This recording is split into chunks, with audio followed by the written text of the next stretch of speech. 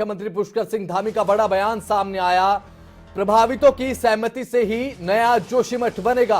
प्रभावित परिवारों की रायशुमारी से ही बसेगा नया जोशीमठ, ये बात उनकी तरफ से कही गई। साथ ही सरकार एक मॉडल हिल टाउन बनाने पर भी विचार कर रही है।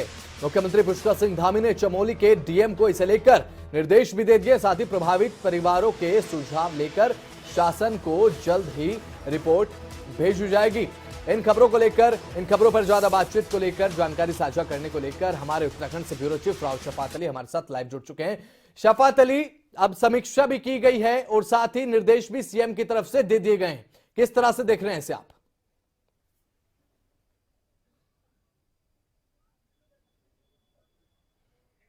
हाँ बसंत, देखिए, क्योंकि मुख्यमंत्री इस पूरे घटनाक्रम को गंभीरता से ले रहे हैं और यही वजह है कि लगातार इस मुद्दे पर समीक्षा बैठक कर रहे हैं। और कल भी समीक्षा बैठक की थी सचिवालय में, आज भी मुख्यमंत्री पुष्कर सिंह धामी ने इस पर समीक्षा बैठक की और जो जरूरी दिशा निर्देश हैं वो जारी किए गए हैं। क्योंकि अब सर्द मौसम है, बर्फबारी हो रही है, बारिश हो रही है और जो विस्थापन का कार्य है वो बाधित ना हो, किसी तरह की कोई परेशानी जोशीमठ के लोगों के साथ ना हो, इसको लेकर के जो स्थानीय प्रशासन है उसको निर्देश जारी किए गए हैं। जो विस्थापन केंद्र बनाए गए हैं, जहां कैंप लगाए गए हैं, वहां अलाव की व्यवस्था हो, हीटर की व्यवस्था हो, खाने की व्यवस्था हो, जो बच्चे हैं उनकी देखरेख हो, जो महिलाएं हैं उनको किसी तरह की कोई परेशानी ना हो, इसको लेकर के आज समीक्षा बैठक थी। और राहत बचाव कार्य किस तरह के चल रहे हैं ये लगातार मुख्यमंत्री जानकारी ले रहे हैं।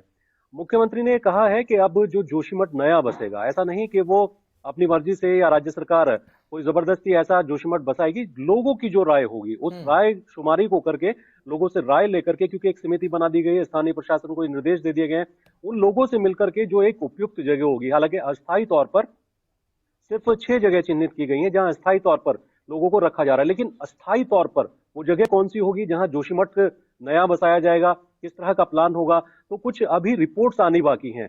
कुछ जगह चिन्हित जरूर की गई हैं और उन्हीं चिन्हित जगहों में से जो स्थानीय लोग हैं उनसे मिलकर के उनकी राय जानने के बाद ही आगे कदम बढ़ाया जाएगा, ये मुख्यमंत्री ने निर्देश दिए हैं।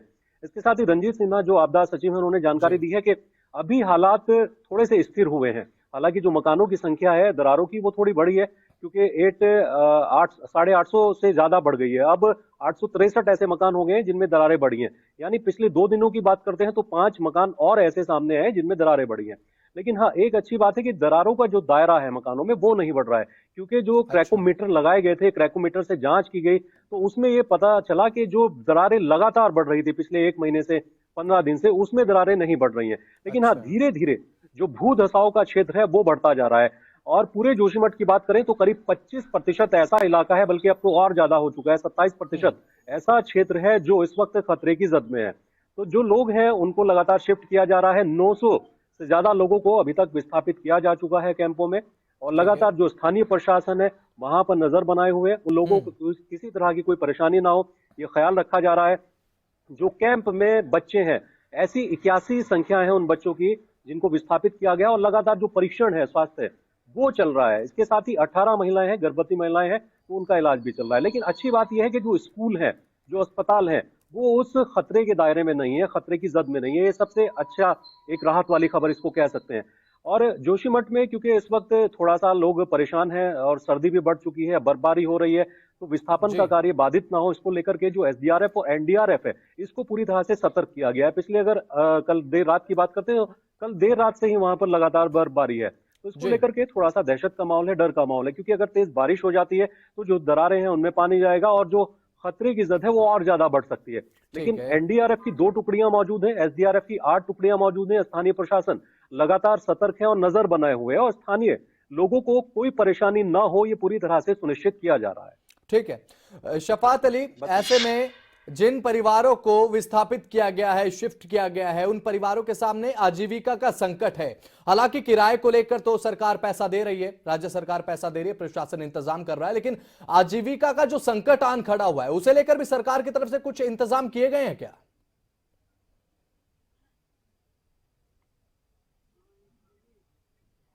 हाँ बिल्कुल, देखिए, आज जब समीक्षा बैठक हुई तो सबसे बड़ा जो मुद्दा था वो आजीविका को लेकर के था। और क्योंकि जो लोग वहां पर रोजगार करते हैं, रोजगार प्रभावित होगा। चारधाम यात्रा का सबसे बड़ा रूट है, मुख्य द्वार माना जाता है बाबा बद्रीनाथ का, और वहीं से सबसे ज्यादा जो प्रतिष्ठान है, व्यापारिक प्रतिष्ठान है, वो सब प्रभावित इस वक्त हो रहे हैं। तो आजीविका प्रभावित ना हो, इसको लेकर के भी एक कार्य योजना तैयार हो रही है। इसके लिए भी मुख्यमंत्री ने जो स्थानीय प्रशासन है उसको ये आदेश दिए हैं कि वहां की जो रिपोर्ट्स हैं वो बनाई जाएं। जब ठीक है। कहीं दूसरी जगह अस्थायी तौर पर विस्थापन किया जाएगा जोशीमठ के लोगों का, तो वहां आजीविका किस तरीके से होगी, आजीविका के जो रूप हैं वो किस तरह से, क्योंकि उत्तराखंड में पहले से ही रोजगार की संभावनाएं बहुत कम रहती हैं और ऐसे में स्थानीय लोग अपने अपने क्षेत्रों में छोटा मोटा काम करके आजीविका रखते हैं। लेकिन ये बहुत बड़ा घटनाक्रम है और लोग चिंतित हैं कि अगर जोशीमठ को छोड़ना पड़ा और दूसरे किसी क्षेत्र में अगर वो बसते हैं जाकर के, तो वहां आजीविका कैसे चलेगी।